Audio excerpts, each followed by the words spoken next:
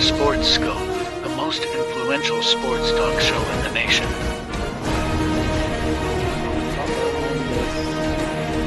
What is today, the 19th? Stay tuned for updates and great sports content.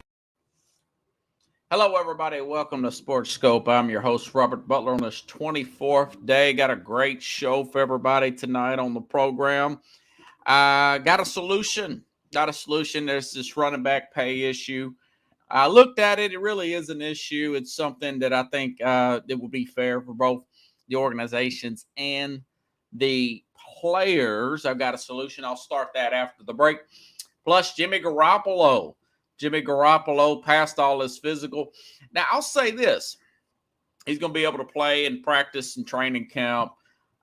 They don't have a bad team. They're going to be interesting. I'll break that down as well. Nyheim Hines hurt in a ski accident. Cam Newton comment and gesture did not help his cause at all whatsoever. And Chris Jones, you got to find a way. Chris Jones is a holdout in Kansas City. We'll get to that and more. But I'll be back here. We'll get our first and only break out of the way, and I'll be back here in 49 seconds here on Sports Scope. Hello, Sports Scope followers. The program has seen tremendous growth since going 5 days a week. I just wanted to thank everybody for your cash contributions and sharing the program with friends and families. Just a reminder, if you want to contribute to the program, go to the Cash App, the cash sign, and Sports Scope. There are other ways to contribute to the program listed at the bottom of the screen. If you want to advertise on the program, go to sports, that is sports with an S, another S, scope, SKOPE, at gmail.com, just like it's listed at the bottom of the screen. Thank you and enjoy the program. Righty then, now I'm back here live. Okay, quick shout out, Tyler, friend from ABC. Thank you for subscribing to the YouTube channel. That's a fellow carrier with me, works with me, and also Ron. Ron, good guy, also works with me at ABC Carrier. Shout out to you two guys. Appreciate your support. Thank you, Pickles. Greatly appreciate that. Okay. Also, Thursday, no program. Got a late appointment. Probably it's going to hold me over later. Long story. We're going to do some editing later on that day. But no show Thursday. We'll be back hopefully with Friday with Carlos Madden, New Yorker Chavez. We've got a lot of the camps that have already started. Had a scare at the Detroit Lions camp. I saw Dan Campbell. He wanted the guys like last year hit the ground running. Chauncey Gardner Johnson, the newly acquired safety there, had a scare. He's going to be day-to-day, non-contact injury. A lot of people thought it may have been something very serious, but it looks like he's going to be okay. But anyways, there's the talk of the league right now is this running back issue. I mean, we talked about this ad nauseum last week. You've got guys like Josh Jacobs left Vegas. He's not coming back. He left Vegas. He's a holdout there. Saquon Barkley. We don't know how long it's going to be for the New York Giants. Saquon Barkley here. Now, so anyways, there was some news yesterday that there was a Zoom meeting. Let me make sure and get this screenshot right so I'm not guessing on anything, folks. But there was essentially there was a Zoom meeting here. C.J. Gardner Johnson. I don't know why I always get that guy's name mixed up here.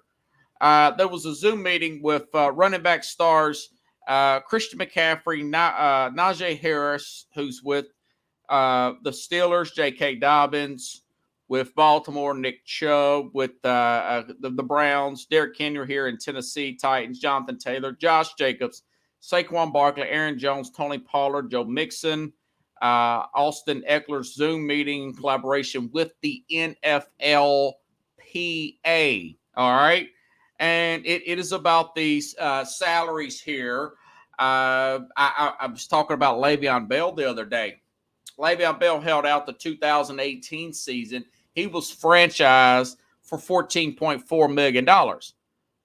Barkley and Josh Jacobs are franchised, Tony Pollard as well, but he signed it $10 million and some change. So that was 5 years ago. Plus, you add this crazy inflation we're on.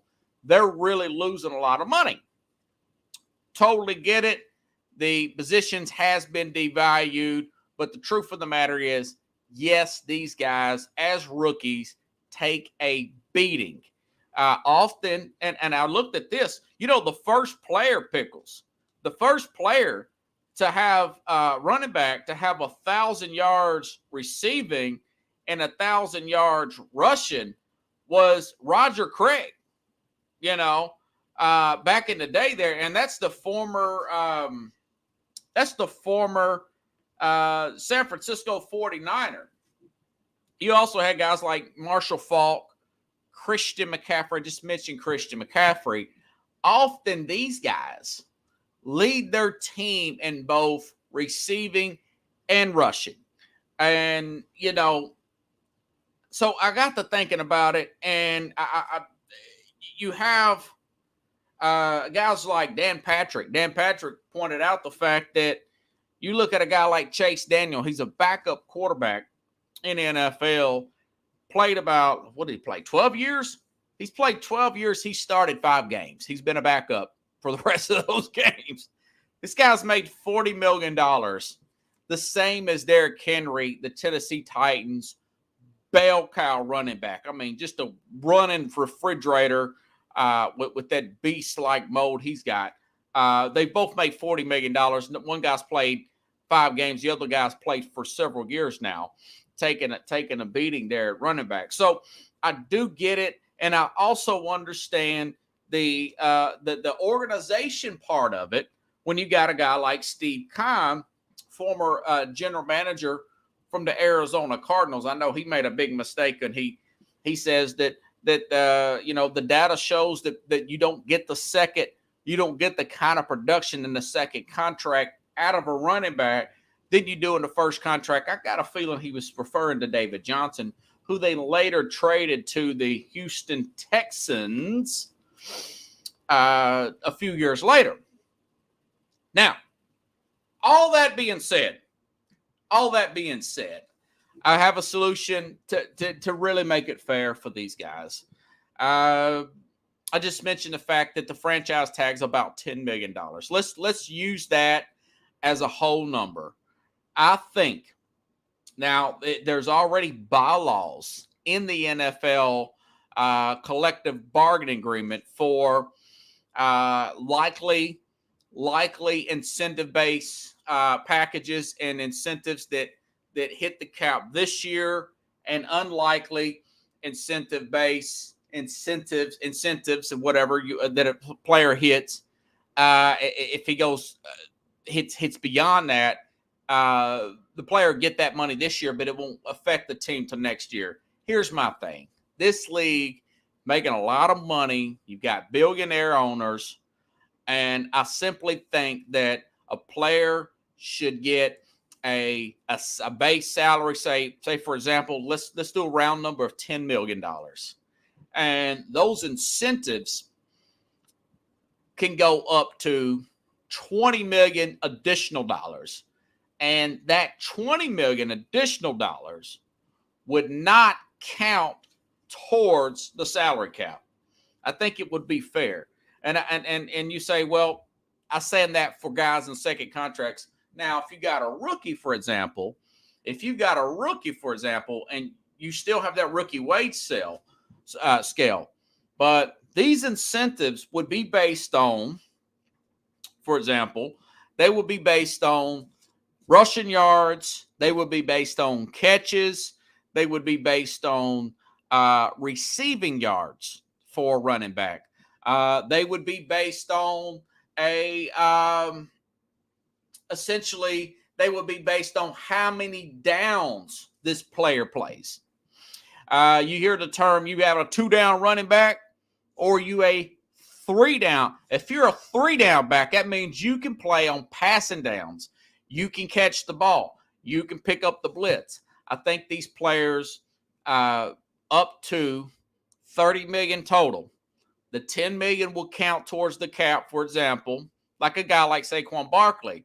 And these incentives will not be so astronomical that the player cannot reach. Basically, if I'm the general manager, I'm looking at this guy and I'm saying, listen, man, you gave us 2,500 all-purpose yards year before last. I'm just throwing that number out there.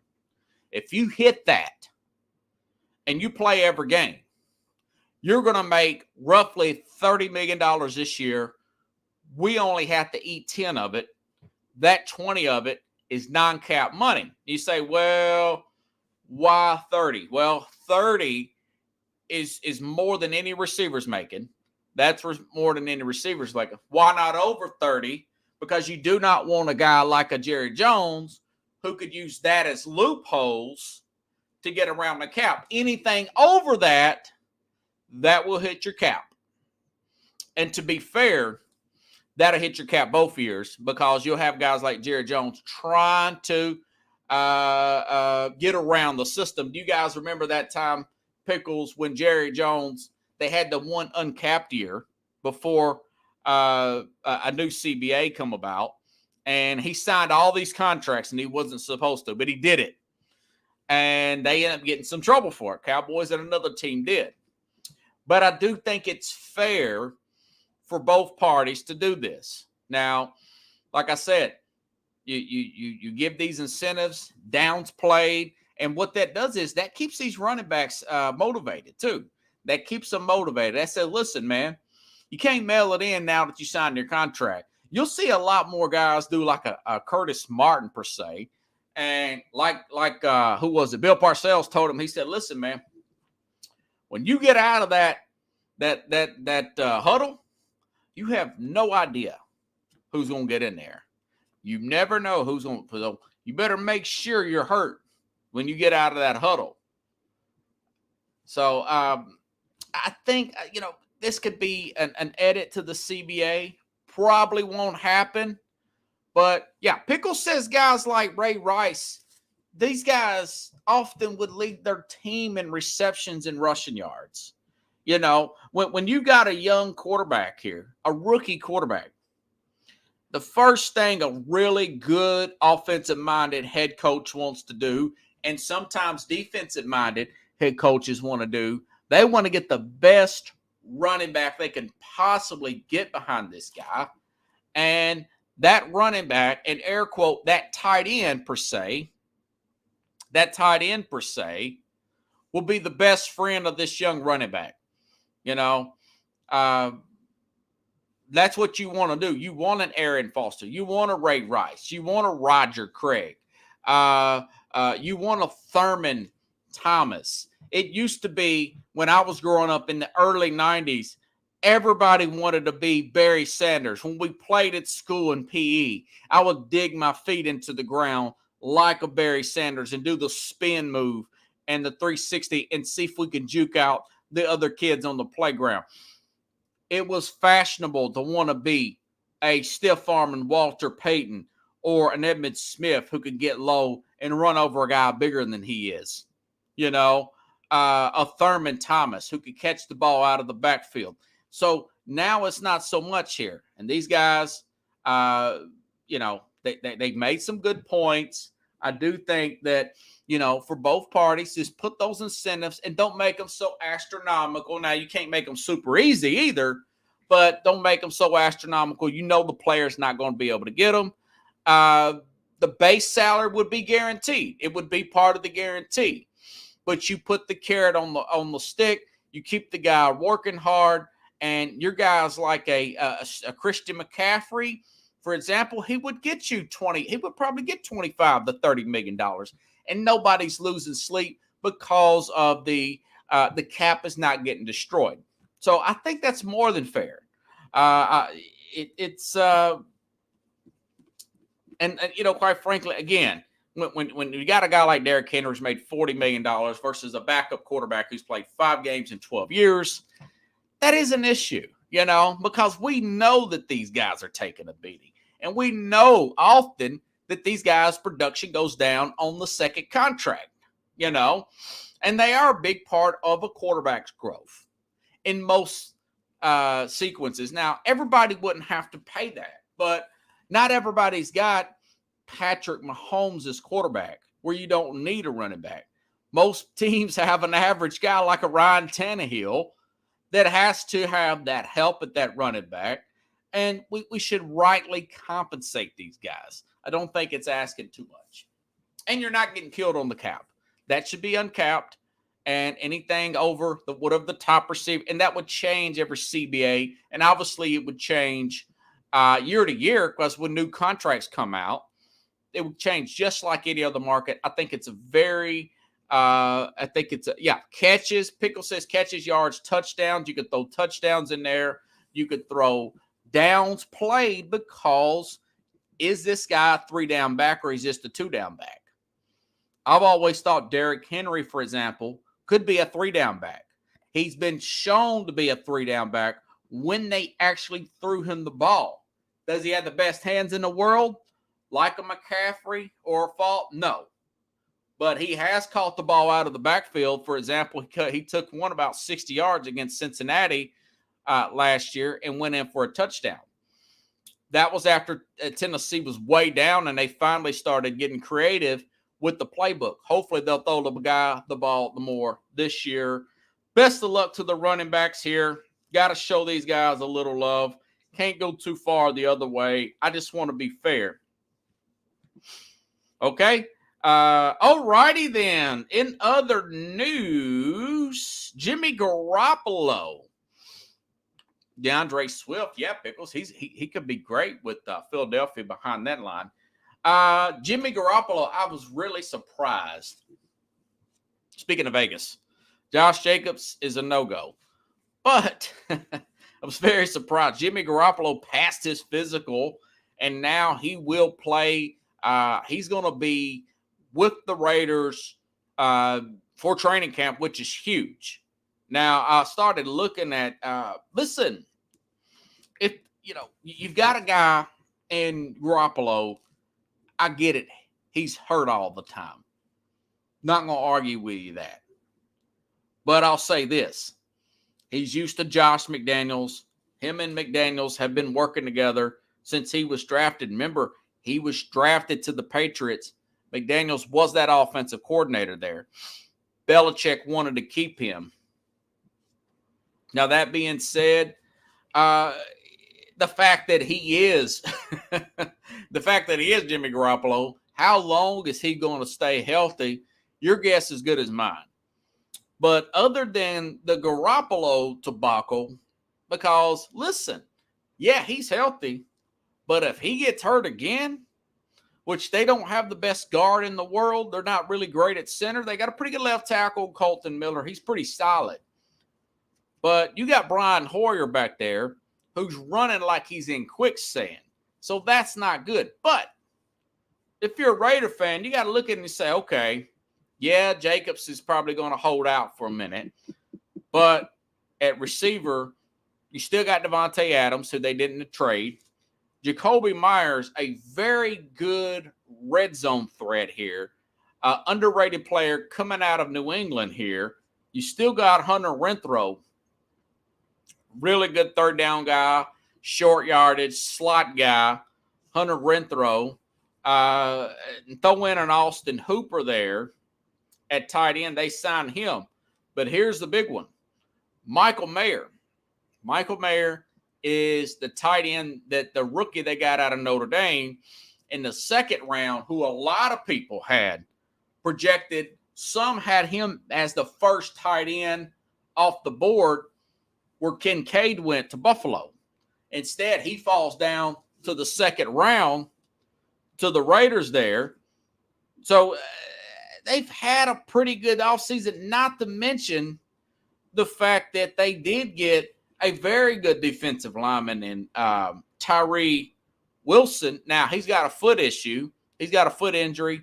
That's a defensive tackle, really highly rated, coming out of Texas Tech. They got him in the first round. Thought they should have took a guy like that or an offensive lineman. So you got a guy like him. You got a Max Crosby, very solid. You know what you're going to get out of Crosby. You know what you're going to get out of Chandler Jones. And then today, by the way, they also signed Marcus Peters. Now, with Chandler Jones and Marcus Peters playing in Vegas, anything could go wrong. Anything. I mean, Marcus Peters, the cornerback, who's, God, how many teams has he been on now? You know, there's a reason why Peters has bounced around the league from the Ravens to the Rams and what so have you, is that he's a bit of a loose cannon. He takes chances on the field. He's either going to make a big play or give up a big play. He may get into it with a teammate. He may get into it with somebody in the stands. He's in Vegas. He may have an issue off the field. There's a very good chance all of that could happen with the Marcus Peters. But I'll tell you this. If you're a fantasy player like I am, and you look at this Raider team, and you look at their pickles, they're going to be a team that you want to pick for and against in fantasy.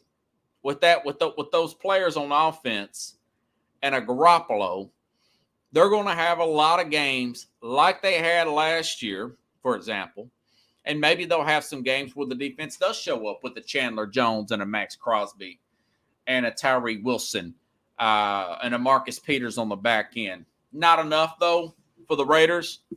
You're going to have some 30 to 28 games like you had with Kansas City last year. Get a big lead early. I want to say they had a 14, 17-point lead right out of the gate. Hit the ground running. Want to say it was a Monday Night Football. I was talking to you, doing this program, only to see Kansas City come back, win in the end, 30-28, and Devontae Adams pushes over a cameraman. The guy files a police report and a lawsuit. Both got settled. I'm sure this guy got some money because the guy was in his way. It was very Dennis Rodman kicking the guy in the groin type of move. But they're going to be interesting. Maybe that's what Mark Davis is just looking for, is interesting, Pickles. This Raider team with this roster, they opened up against Denver at Denver, going against a Sean Payton. By the way, I'm going to try to get Mike Westhoff back on the program. He is the current special teams coordinator for the Denver Broncos. I hope to get Mr. Westhoff back on the program, but that's who the Raiders open up against, you know. But week 2, they go to Buffalo. They got to play the Patriots. That'll be great, by the way. Josh McDaniels will play his old coach in week 6 against New England. So this is going to be a fun team to watch. Now, they're over and under 6.5 wins. They'll probably win 6 or 7 games. But that don't mean that those 10 games aren't going to be wild shootouts up and down, because Garoppolo very likely to get hurt again. Let's just be honest here. But while he's playing, you're going to get some wild games there. Some wild, like they had last year with Derek Carr. We're going to find out Derek Carr wasn't a problem. Miss McDaniels is just not a very – Pickle says he's on the hot seat. Of course he is. He's going to be on the hot seat, you know. To me, he's not head coaching material. I don't think he's got the people skills for it. I don't think he has the broad management skills for it. I think he's great to be a coordinator. And I'm sure Belichick would love to have him back there, although he's got Bill O'Brien there, and he will see Belichick at home there. He will see Belichick at home there on the 15th. And I want to say the Patriots beat them last year. Or did they beat the Patriots? Yeah, they beat the Patriots in the last play last year. Kind of a wild play there. But They play at Detroit. They play at Miami. It's not a very. I mean, Pittsburgh. I mean, they're just not going to be. The Giants are pretty good. The Jets. They play all the NFC East, and plus you got your traditional rivals there with Kansas City in the NFC West. Going to be a fun team, though. Going to be a fun team to watch. And but I do think the fact that it's great for the league that Garoppolo will play. And there's a lot of sigh of relief there for Raiders fans, including Mark Davis and, of course, Josh McDaniels as the head coach there. All right. Let's see. What other thing should I go to next? Okay. Listen. Nyheim Hines. So we'll talk about this here. Nyheim Hines. Luckily for the Buffalo Bills, there's plenty of running backs out here. He tears his ACL, supposedly in air quotes. Supposedly in air quotes again.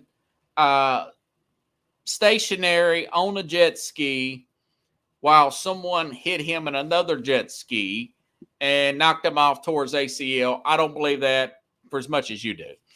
I think he said that because he probably won't have his I think he said that so he wouldn't have his contract, the guaranteed money in his contract left over, what little bit of it left over. He's out for the season.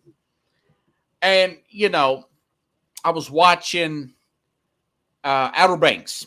Renewing my Netflix. I've got to watch as much as I can because this thing is going off September 1st. I'm going to watch that Florida thing that's coming up next month in August with the Florida Gators during the Tim Tebow era when they were winning with Urban Meyer, and they were also getting a lot of trouble. But this show, Outer Banks, really good. Getting a little bit over the top in season 3.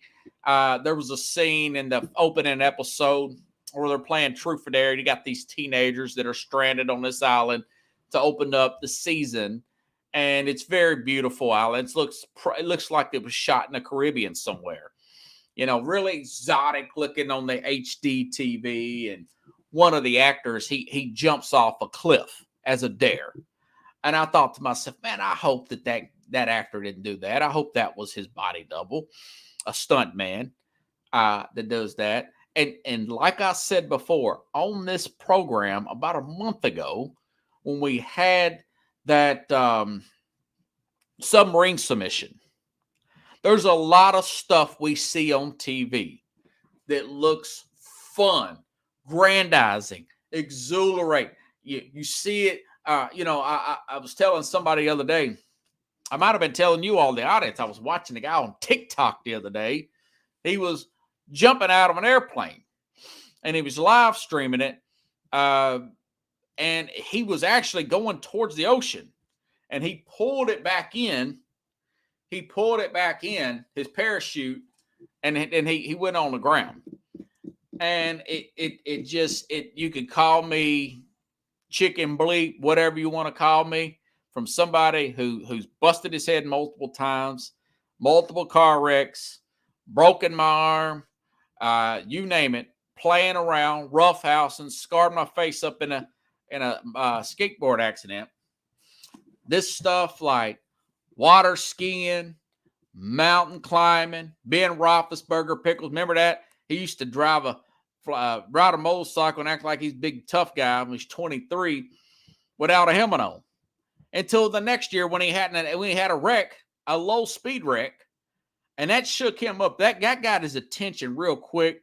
Not to mention Jay Williams, former Duke phenomenon player, basketball player, NBA player, run his career in a motorcycle accident. Okay, there's a reason why these teams do not want you water skiing, mountain climbing, jet skiing, snow skiing, your traditional snow. All that stuff looks great on TV. Then when you get out there and realize this is dangerous, man, you can get hurt bad. There was some kind of thing on, there was some people I saw something on TV the other day. News was saying, please do not do the dive off the boat challenge, some kind of TikTok challenge where people were doing backflips off boat. That looks great on TV, but you can get hurt really bad doing that.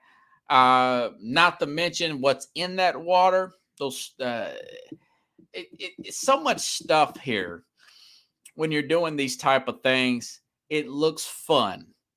You know, it's enticing. I'm not saying don't have a good time, but some of this stuff, it's crazy. And there's no way I would do it if I had a job like this where my contract, my playing time was short. I had to take care of my body. It's just not wise to do this.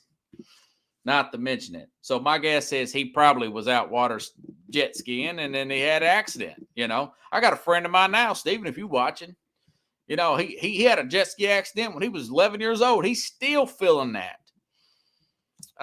He got a prostate injury or something like that, he was telling me. It's just not that wise, folks. It's just not that wise. You don't see Ben Roethlisberger on a motorcycle no more, do you? It's something that are for nothing athletes, man. Like my dad used to tell me, you know, at that age, guys feel like they're 10 foot tall and bulletproof until they're not. I hate it for Himes. Luckily for Buffalo Bill fans, you've got Kareem Hunt out there. You've got Dalvin Cook out there. There's several other running backs that will get cut. It's a pretty deep running back free agency class out there right now. And I'm pretty sure that one of these guys are going to get called. I don't think it's going to be the end of the world for the Bills, but it's going to be something, you know. It is definitely going to be something there. Okay. All right. Carlos said something earlier about Cam Newton. He says Cam is done. All right, so Cam Newton, there's a video, went viral.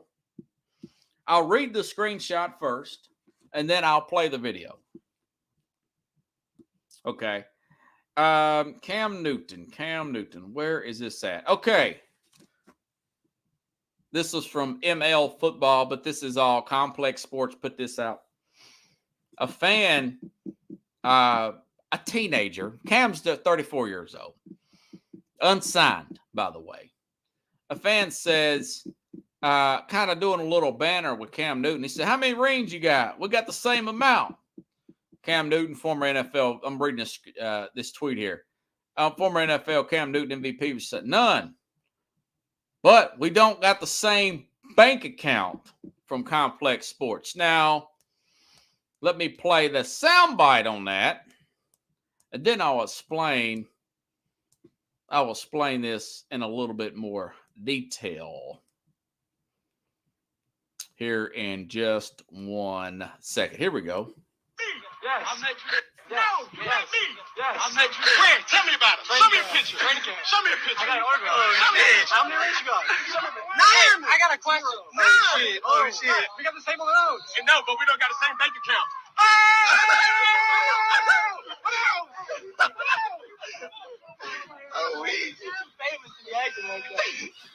No. And this is the teenager says, quote, You're too famous. Listen to what he says.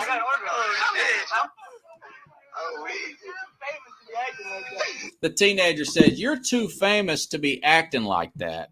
And what Cam done was a sexual gesture that was so below him and elementary, man. And being filmed doing this, it was very much the gesture like a Jameis Winston did in college. They got him in trouble when looking at a pornographic thing or something on at a lunchroom at Florida State. And, you know, I put that down and I says that last gesture is probably why he don't have a backup role yet. You know, I just got done. I didn't say got done. I've got several episodes. This is great. That quarterback documentary that followed the season with Patrick Mahomes, Kirk Cousins, and Marcus Mariota, all still playing. 2 of the 3 not as talented as Cam. Now, of course, Mahomes is Mahomes, multiple MVPs, multiple Super Bowl MVPs. But I've watched that with Cam a few years ago. Same type of thing. It's called All or Nothing. It was the Amazon documentary that also went all season with back when he was with the Carolina Panthers, and it did not show him working with receivers hardly at all. It showed him doing different outfits, getting his hair cut, basically effing around just like he's doing here. Yeah, if you're a defensive guy, you can get away with that. I mean, Charles Haley used to walk around naked in the locker room and do some crazy stuff. But when you're a quarterback, same thing. I remember I was telling you how the heat that Jimmy Garoppolo got for dating a porn star. You are supposed to be that leadership, more mature type of guy. Marcus Mariota, for example, his wife is going over all these plays and checkdowns, and it sounds like some kind of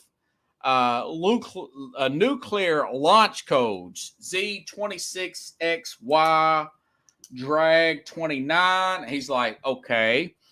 And he says that is the check is blah blah blah blah. And then she's like Z296 drag, and he recites the play to her. And of course, they're gonna have to change all this lingo, but because they use this documentary. But it's pretty hard being a quarterback, man. I mean, not only do you got to have leadership skills, you got to know what your 10 guys are doing. You're number 11, and you got to know what that 11's doing. But if you're out here effing off like this and joking around all week, and you got all that athleticism, you can kind of wing this stuff. He didn't really get hurt early on because he's built like a truck, Cam Newton. I mean, I always liked Cam Newton, but he hasn't evolved. I was wearing an old friend of mine out like that this weekend. Said, man, you got to evolve in life, man. You got to grow. You got to evolve. You can't be that same guy. I don't want to be the same guy I was 25 years ago. I had a good time 25, but I had some stupid stuff 25 years ago. But that right there, that gesture he did, that tells you his maturity level at 34 years old. And listen, I looked up what he's made. He's made $135 million. Now, even if he has, say he cleared 55 straight cash, like Randy Moss will say, straight cash, homie. Say if he cleared that, right? This guy don't have to ever work again, not unless he's an idiot. Bunch of kids, God forbid, Phillip Rivers, fellow quarter, and if he gets a divorce and she takes half the kids, Phillip Rivers will be trying to coach again or something. He got 10 kids. He had his 10th kid the other day. But if you got those kids by different women, you're going to be paying out a lot of money. That money can get stretched out real quick and you could be broke real quick. But if you're not an idiot, $50 million, you shouldn't have to ever work again, and you don't have to live dirt poor to do so. Even in really high, expensive California and New York. God forbid, Charlotte, North Carolina. Well, he went to Auburn. I think he lives in the Atlanta area. That's probably Georgia where he lives. It's still pretty good. It's pretty good cost of living there. You could find, even if you got a nice place, this count. But, you kind of see. And plus, on top of all that, teams have not looked, even though he did get a job with the Patriots that year in 2020, teams have not looked at him the same after he's never been looked at the same when he did not dive on that ball when it was fumbled in the Super Bowl. That game was still in play. We're talking February 2016. That what were they, 15-1 that year? 15-1. Game was still in play. Denver defense playing out of this world. He had a great defense too. Luke Kuechly, remember that? And they were favored and should have been favored in that game. But he looked at that ball like, no. And you know what? He ain't been that right ever since. He has not been right ever since, Pickles.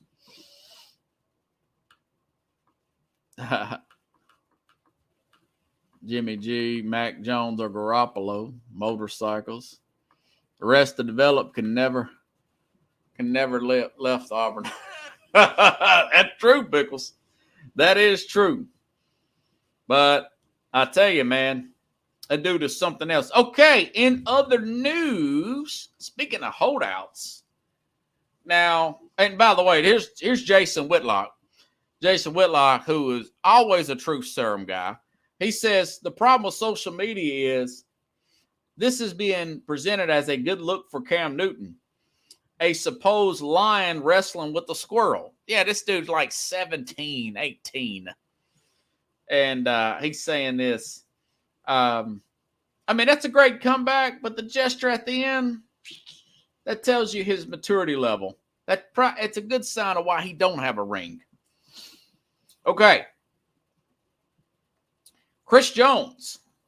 Chris Jones has skipped his first day. He has not shown up in many camps, and he wants to be. This is what I'm reading here off of The Athletic. Four-time pro defensive tackle Chris Jones wants $30 million per year, according to Nate Taylor of The Athletic. The Rams' Aaron Donald, the highest paid defensive tackle at $31.67. So it's not unreasonable for Jones to ask what Donald asked for. Now, listen, watched a lot of these Kansas City games over the years. For one thing, it's either through wagering or through fantasy. And I looked at what 2 years ago, he missed like 4 games back in 21. And one of them 4 games was the Tennessee Titans. And, man, they blew them out of the – I mean, this guy affects both – and he's only 29. He just turned 20. I thought he was a few years older than that. He just turned 29 this past July, this month, a few weeks ago, like July the 3rd or something, right? And I thought to myself, now that's a guy that no matter how many Peters you got to rob to pay Paul. Talked about this just a few weeks ago when Quentin Williams signed his extension with the New York Jets. I mentioned Chris Jones. He's the anchor of that deep. You can make the argument if you're just watching the game. You don't have to worry about sacks, deflections, making a run go the other way, the team having double teams, using a center on him, using a pulling guard. He moves around up and down over the top of the ball, to the left of the center, to the right of the center. And you can see the commentator circling. Okay, where's Chris at now? Where's Chris at now? But Chris Jones, Aaron Donald, Vita Vita, that's your last Super Bowl winners that had Vita Vita for the Tampa Bay Bucks. That's a common theme. You start looking at playoff teams like Tennessee Titans, totally endorsed Jeffrey Simmons signing him. Getting that pressure over the nose of the football is key now, even more than an edge rusher. I've seen, by the way, if you really want to think about it, look at how the Rams the last few years, Brady, the best. Even Brady was rattled by some of the play of Aaron Donald. Aaron Donald's play, remember, Cincinnati had the lead late in that Super Bowl. It was the play of Aaron Donald that turned that thing around. Plus, I mean, obviously, Burrow got hurt again. Their line's bad. But it was a play by Aaron Donald that ended it. These are unsung heroes. These guys are the real deal. So they're going to have to figure out a way to make it happen with Chris Jones. I read this. This was a write-up a few years ago from SI.com talking about Chris Jones. It says fans use this, his stats like sacks and all that, against Jones to argue that he's not clutch performer or shrinks in big moments. However, sacks aren't the only way a defensive lineman can affect a game. One of his biggest strengths is ability to bat down passes at the line of scrimmage, like a J.J. Swat. Remember that? Line of scrimmage in the fourth quarter of the Super Bowl, Jones batted down multiple passes that changed the outcome of the game. Without those plays, Chiefs are probably still searching for their first Super Bowl championship. And that goes back to their first championship against the 49ers. Against the 49ers, when the 49ers had them beat late in the game. But other than Patrick Mahomes himself, Chris Jones is probably number 2. Now, Andy Reid, he's a coach. I'm talking about actual players on the field. That's how valuable this guy is. No matter how bad they look on the back end, a lot of these games are run right there in the trenches. You know, a few years ago, people look back and they say, "Man, how did Michigan go from in 2020 getting destroyed by Ohio State to destroying Ohio State 2 years in a row?" And a lot of people say to that, look at we got a bad storm here. I might have to, I'm at Nashville, Tennessee area, and it's thunder like nobody's business. I'll probably have to wrap this show up here in a minute. But anyways, you look at the play there. The play there from Hutchinson, who's now with the Detroit Lions. Okay? Their defensive line. It's that interior of him and the other guy. And I can't remember the other guy's name. But Aiden Hutchinson, who is shining like nobody's business with the Lions, the emergence of him in the trenches and their physical running game has totally turned that rival around between Michigan and Ohio State. Pickle says every quarterback plays Kansas City knows where Chris Jones is. I tell you what, they don't get beat when they don't have Chris Jones. In a few games, they have gotten slaughtered. I want to say the Titans beat them 27-3 when Jones was out a couple of years ago. So Buffalo beat them. I don't think he was in that game. Beat them like a drum. So you got to find a way. There's certain guys you got to find a way to play, Let's see if I have anything else here. Again, Chauncey Gardner-Johnson had a scare today in Detroit. Looks like he's going to be okay. Again, I remember Dan Campbell, Detroit Lions head coach. They're doing Hard Knocks this time last year.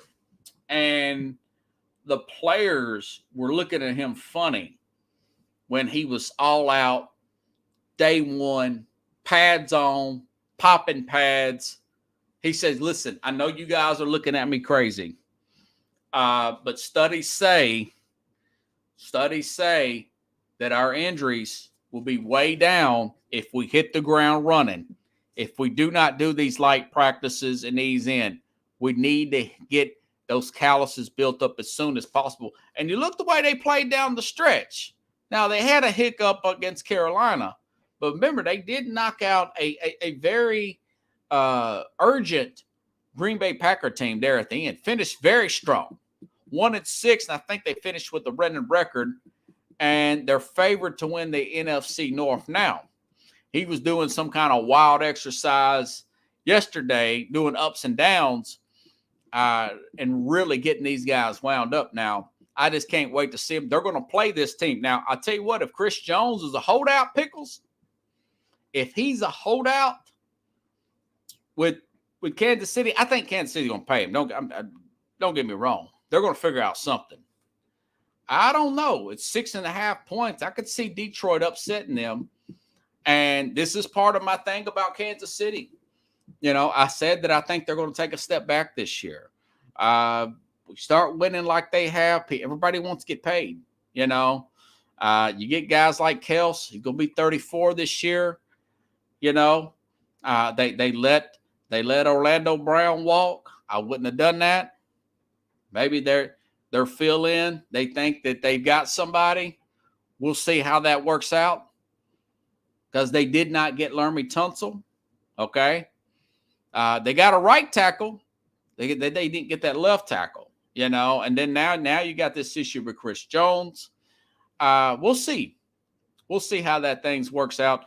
I'm going to try to get Kareem Hunt. That'd be nice to get Kareem Hunt on there. I'll tell him I'm sure he would love that deal that I just proposed.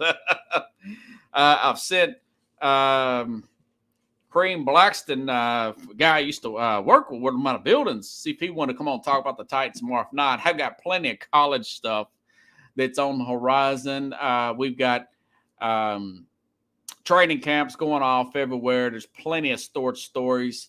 Either way, I'll be back on tomorrow, same time, same place. Chad says, what did Big Jig? Yeah, he got a lot of money. He got his extension, Chad. He's going to be in the top 10. He got his extension a few months ago. So he is signed up and ready to go, Jeffrey Simmons here. And Pickle says, winning starts at the tip of the ball by the great John Madden, one of the youngest ever to win a Super Bowl. Folks, please, if you like the show, please share the show. I'll be back tomorrow, same time, same place, here on Sports Scope.